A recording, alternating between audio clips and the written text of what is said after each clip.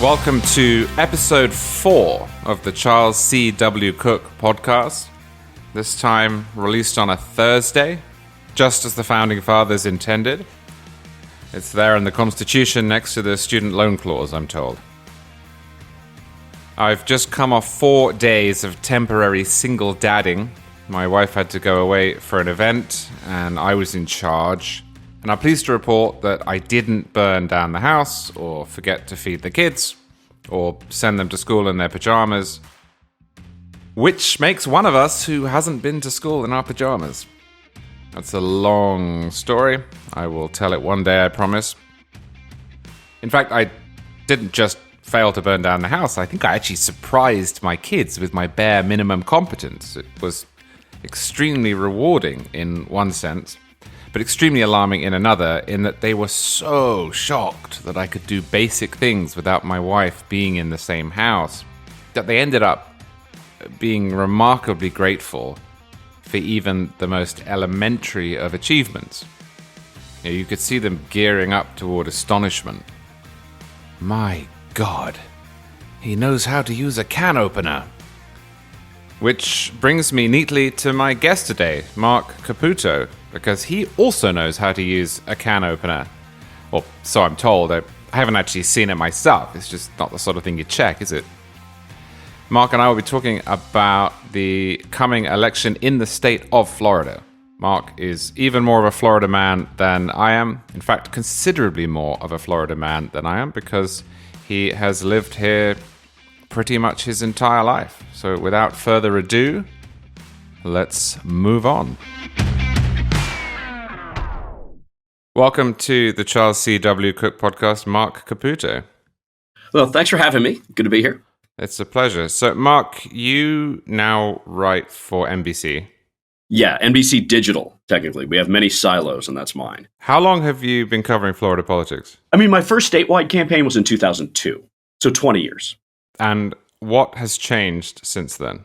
Well, the state has become less competitive. For a period of time, we were the ultimate swing state from that period of 2008 through 2018, that 10-year period.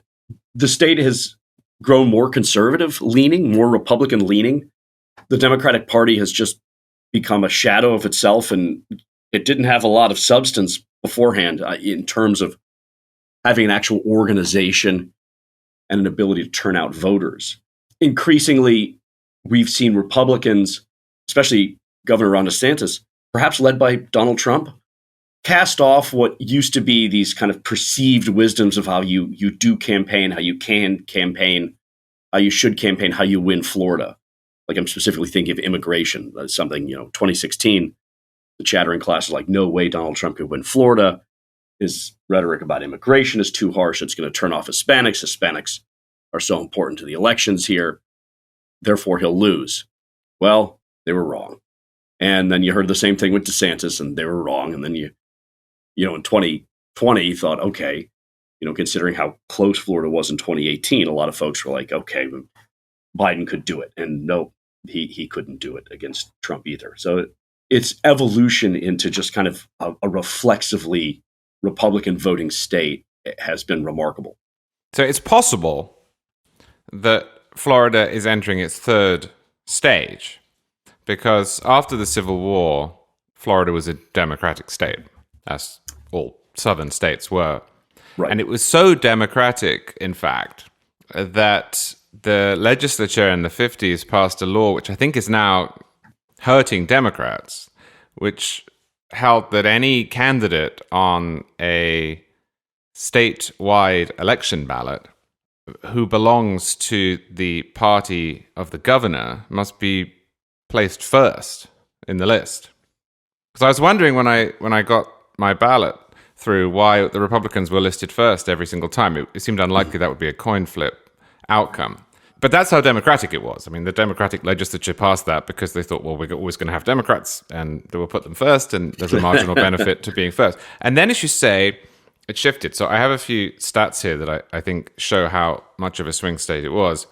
In 1928, 1960, and 1992, Florida went a different way than the country in presidential elections. But that was it until 2020. And here's another stat. Between 1992 and 2016, Floridians cast 48,263,173 votes in presidential elections. And the difference between the number of votes cast for Republican candidates and the number of votes cast for Democratic candidates was 17,753. That sounds about right. But what you're suggesting now is that this has come out the other side. So having been a Democratic stronghold and then a swing state, it's looking as if it's shifting towards the Republicans. And my question is, why? Good question. We started to see it obviously in the 90s when in the kind of the Jeb Bush era, even after he lost to Lawton Chiles in 1994, the Republicans began to slowly take over the elections here. My best guess is, the type of people we have here are voters. They just culturally and increasingly don't identify with the Democratic Party. And there is a sense among some that the Democratic Party has left them.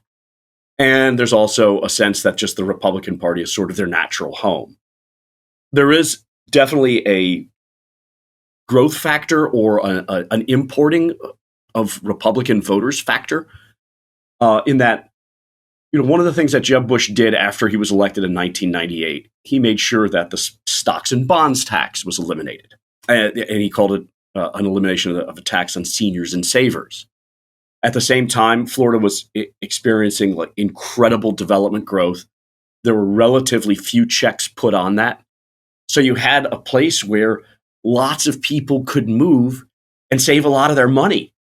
And that's especially true for retirees. And if you're one of these people who's going to move to a place because, you have the money, you don't want to pay stocks and bonds tax, meaning you have stocks and bonds, and therefore you got money. You don't want to pay income tax. That's in our state constitution. Again, if you're a retiree, you're older. Almost all of those things correlate with a Republican supervoter. So they just kind of naturally come here. There's probably also a little bit of, I think Florida's kind of culture and sensibility that you really saw with DeSantis. It's still kind of a frontier mentality. Yeah, I understand. We got a bunch of strip malls. I'm not pretending that everyone's wandering around in coonskin caps or living under palm-thatched huts. But there is that kind of hustle and drive quality of Florida that just kind of reflects conservative and Republican sentiment better than it does Democratic and liberal sentiment. So I think there's kind of that cultural flavor as well. You add those things together, and then you look at the Democratic side. One of the things that Barack Obama was great at, and it was preceded him a bit by the group Acorn, if you remember them. Yeah. The organizers. They conducted massive voter registration drives because there are huge numbers of people here in the state who, by their demographic qualities, poorer, they tend to be less white.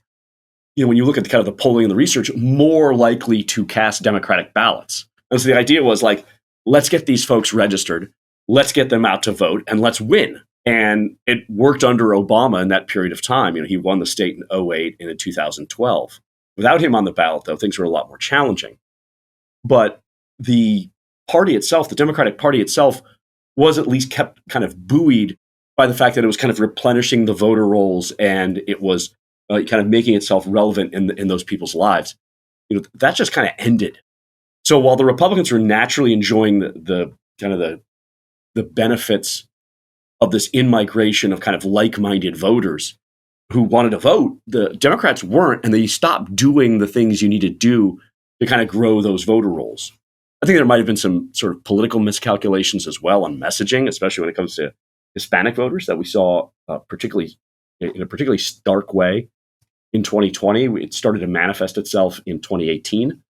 So I think all of those factors together and others I have not contemplated help explain how we got here. Now, I think one thing that should be clear is Obama was a great candidate.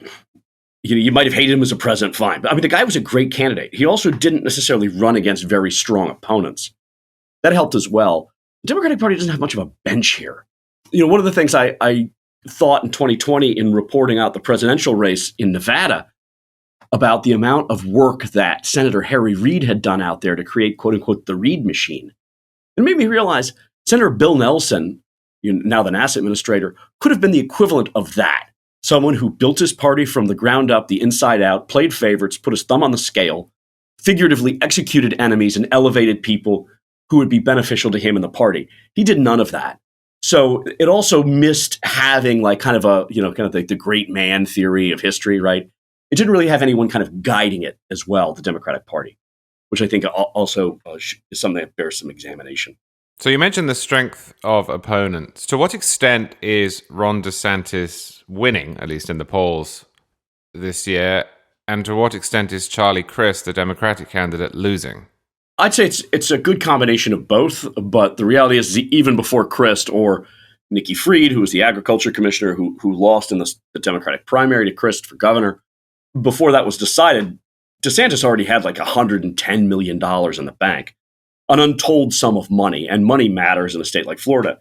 We have 10 media markets. It's a state where if you're going to compete, you need to run TV ads.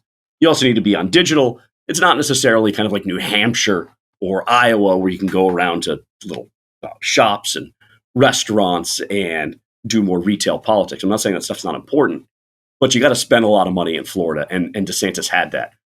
I mean, DeSantis, his profile is as a result of the way he handled COVID. And I think in a certain respect, the way this combination of social media and national media handled Florida and COVID at the same time. That is to say, I don't think the national media should have won a lot of awards for the way in which it covered Florida, because it was the pandemic. A lot of the national media is based in New York and Washington, where, of course, they know everything anyway, right? And they were stuck in their homes by, fiat in some cases, also by culture. And Floridians didn't really want to do that. And DeSantis knew that, in part because he's kind of a Florida man. And he resisted that. And the expert class made it sound as if Florida was going to be this charnel ground of bodies stacked like cordwood. And I remember for me as a reporter in Miami thinking, what a lot of my peers are reporting, and especially kind of coming through TV, as to what's happening in Florida, what's going to happen in Florida, it's not coming true.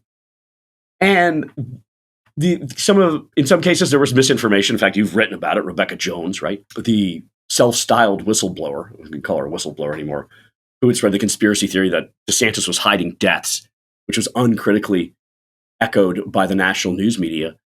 And eventually, that stuff came to a head where DeSantis looked like the guy who was standing up to the expert class and the news media and was standing up for the average Joe or Jane who wanted to get to work, didn't want to close their business, wanted to go to church. That's a big thing, right?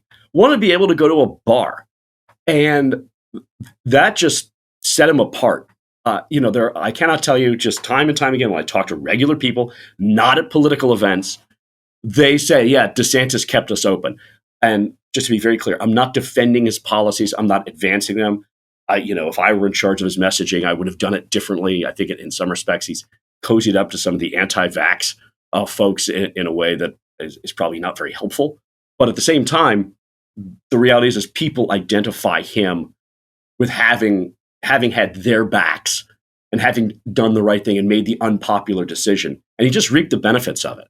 So, starting in 2021, like February of 2021, it just kind of really became clear that he was a national force to be reckoned with and also a state force. Could anyone have beaten him this year? I ask because I am convinced that in 2018, if the Democratic Party here had nominated, say, Gwen Graham instead of Andrew Gillum, she would have won.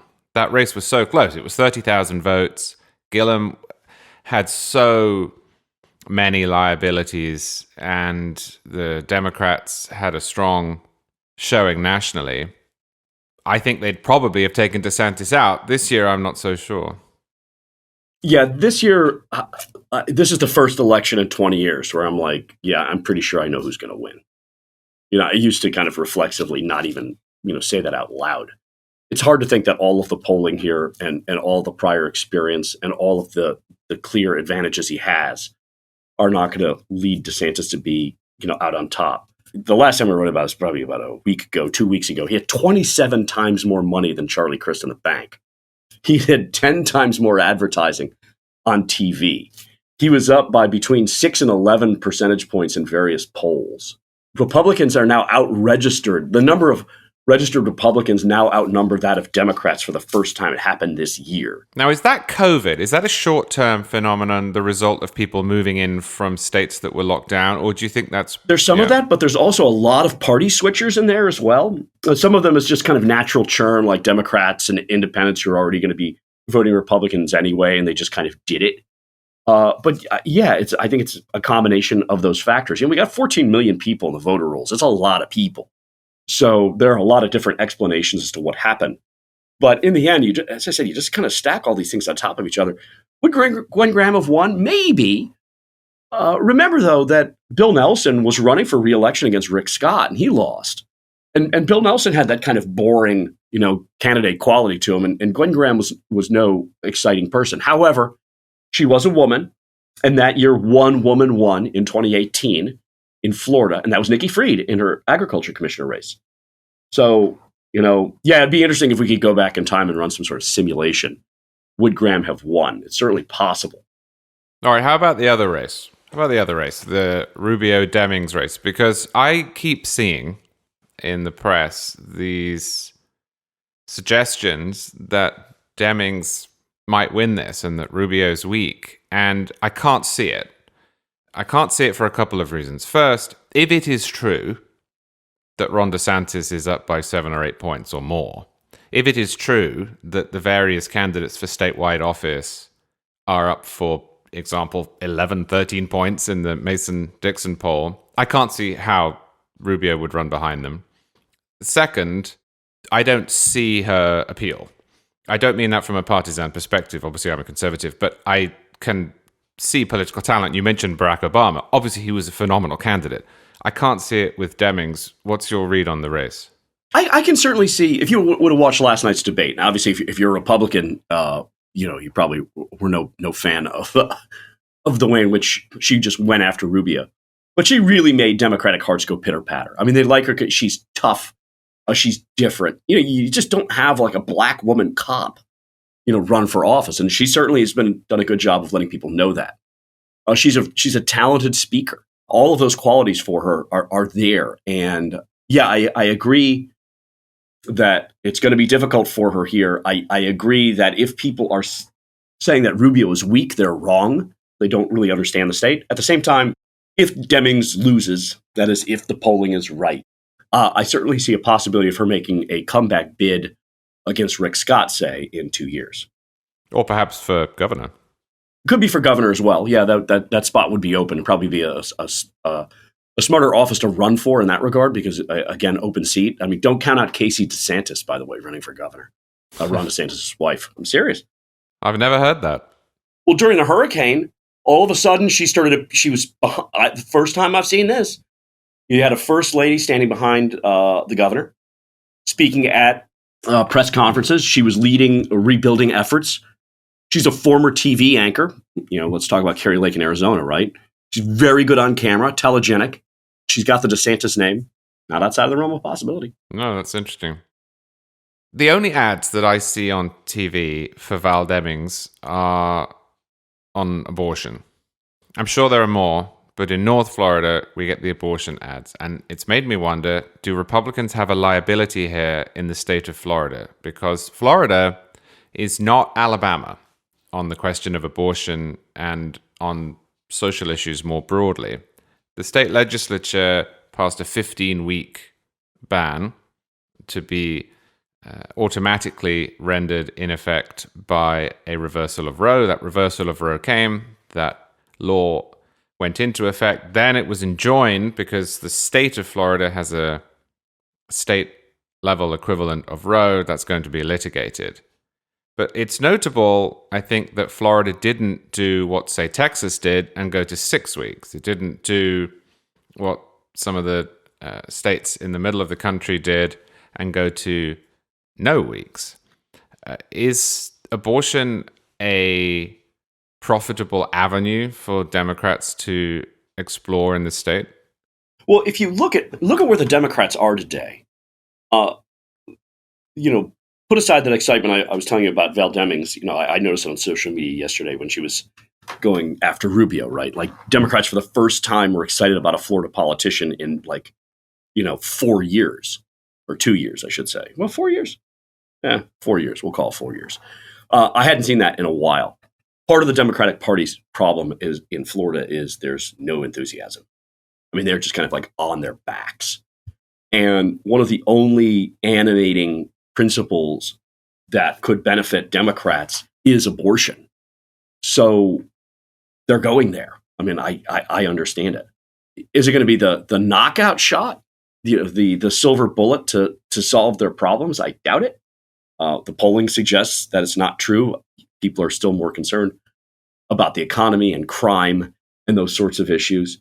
But there was a lot of received wisdom for a long time in the state that, at least on abortion, or just at least politically, like, Florida is more moderate than other southeastern states. And I think back to 2012, the Florida legislature put on the ballot a measure to ban the public financing of abortions, right? There's not public financing of abortions. That thing failed by 10 points. So, I mean, one way to interpret that, if you were in the quote-unquote pro-choice lobby, would be that by 10 points, Floridians favored, in 2012, public financing of abortions.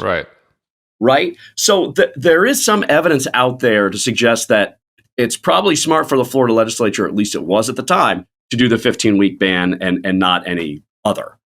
I think statistically, 90% or so of abortions occur in those first 15 weeks.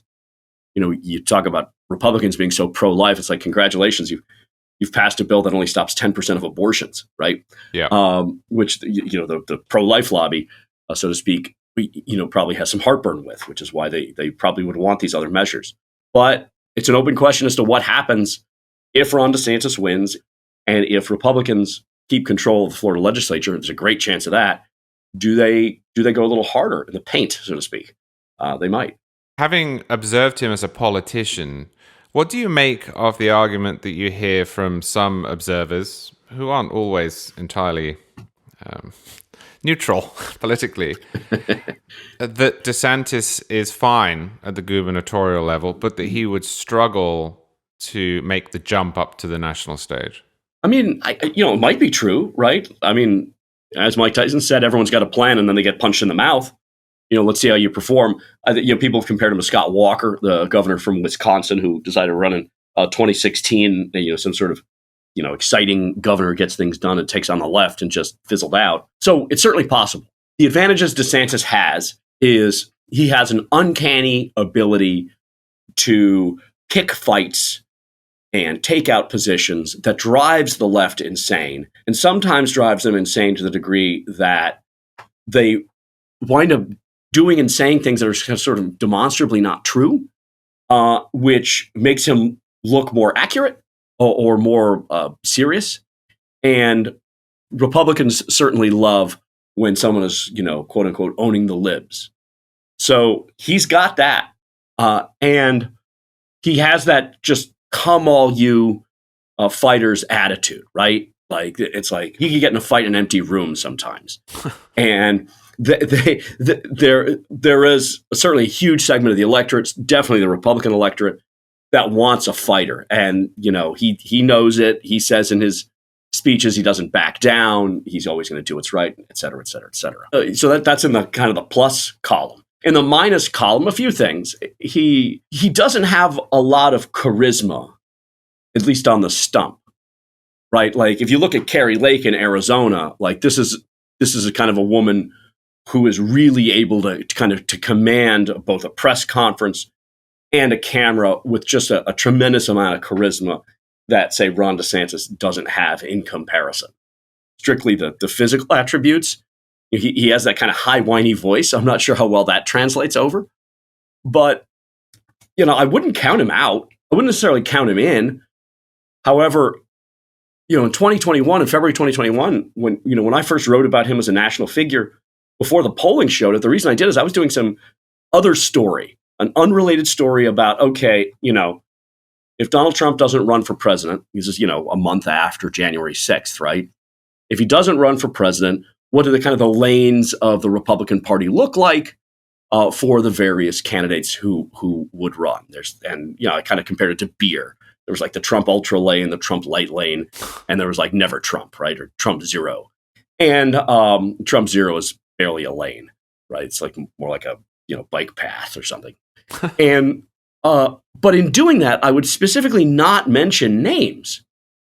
And in talking to Republicans, like grassroots types, party chairs from Texas, California, New York, Illinois, Ohio, like they would all, and they didn't know I was based in Florida.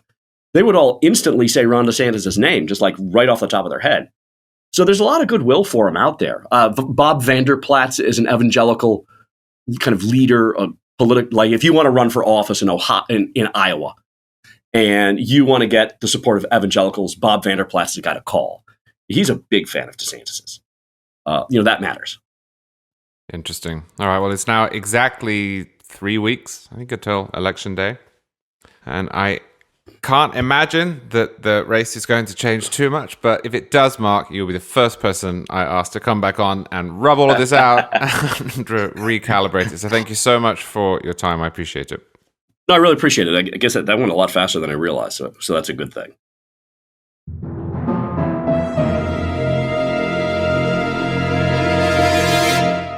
And now it's time for another Q&A. I have 2 questions this week. Number 1, do your boys have any of your accent, or are they 100% American? Well, I would say their accents are American, but with a little bit of English thrown in. My kids do say certain words a touch strangely, almost as if they're not fully committed to the part. But, of course, they don't think that they speak weirdly at all. They think they're completely American, and that I speak weirdly. And this manifests itself in a couple of ways. The first way is that they grow confused by my pronunciation, and they ask me to repeat myself. Glass, class, pass, those words invite instant pushback. Ranch, as in the dressing. Bath, and then zebra, giraffe. And they don't do this, but the one that I just can't get my head around and I expect at some point in the future to be mocked for is, well, you would say Notre Dame.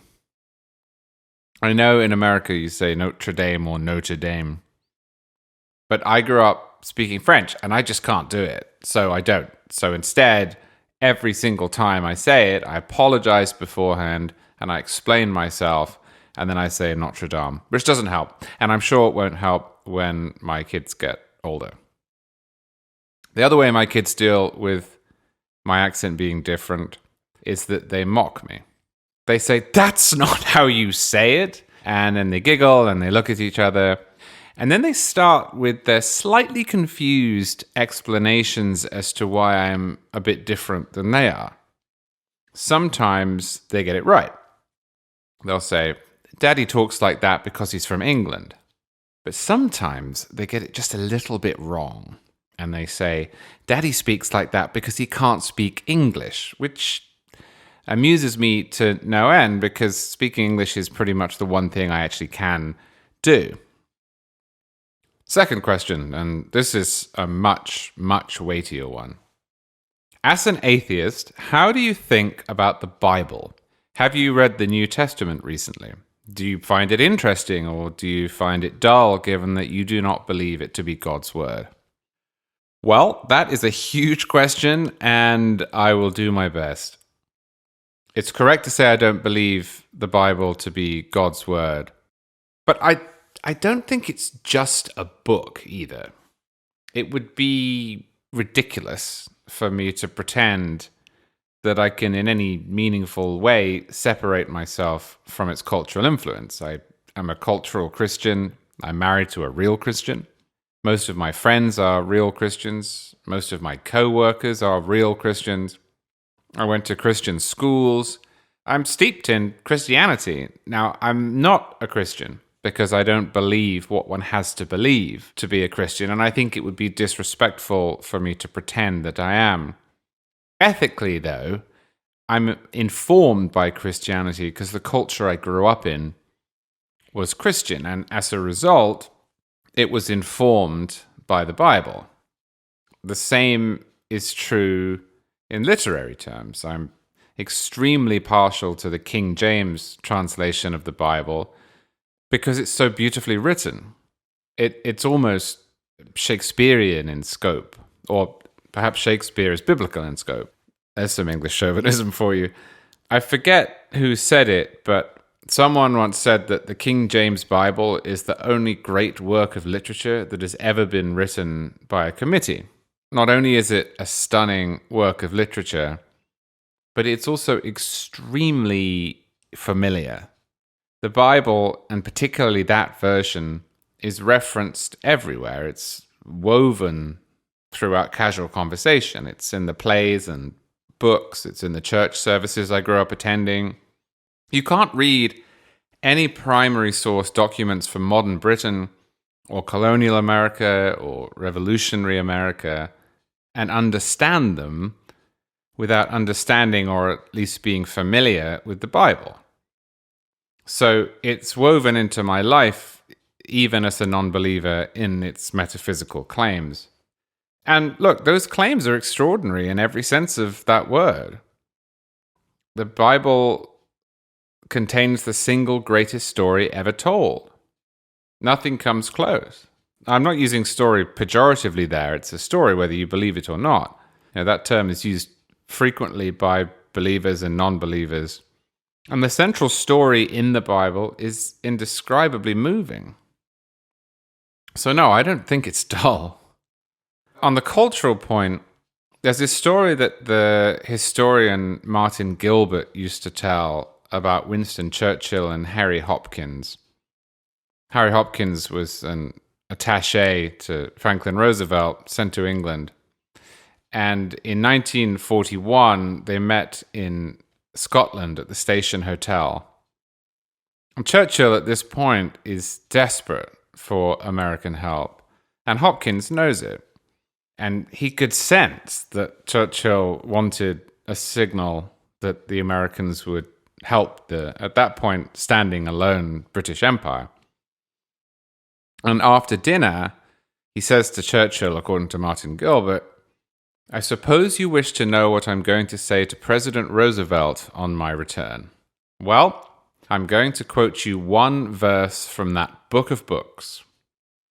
Whither thou goest, I will go, and where thou lodgest, I will lodge. Thy people shall be my people, and thy God my God." And then, according to Gilbert, he added very quietly, "even to the end," which made Churchill cry, because everything made Churchill cry. He was famously lachrymose. Now that is from the King James Version. It's almost identical in the American Standard Version, just with different spellings and one different word, Lord in one, Jehovah in the other. The whole section, for those interested, reads like this. "And Ruth said, Entreat me not to leave thee, or to return from following after thee.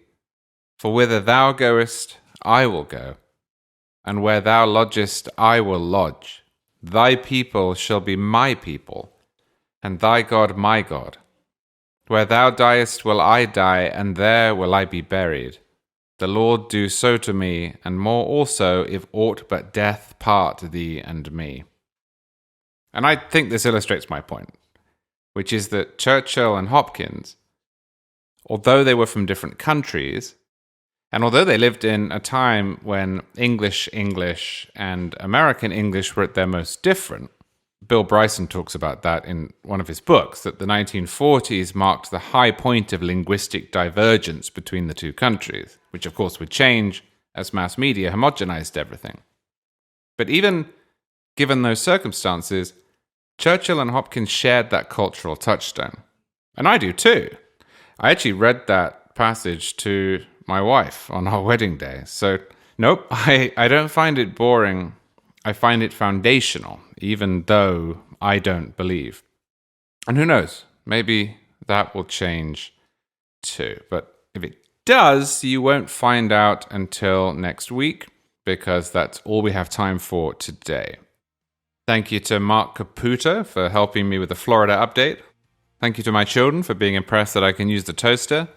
And thanks to all of you for listening. I'm off to France today, my first trip there since 2017.